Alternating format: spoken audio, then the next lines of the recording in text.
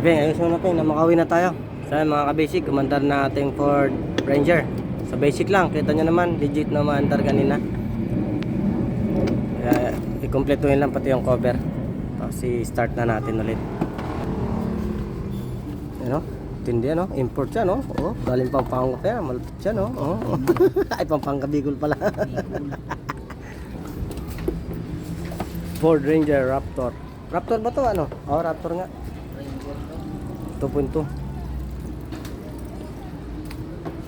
Basta Ford Ranger 2.2. Yun na yun. Okay. Alright. So, na kompleto na. Start naman tayo ulit.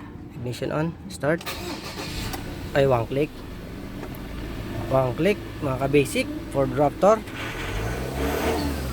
Kita nyo.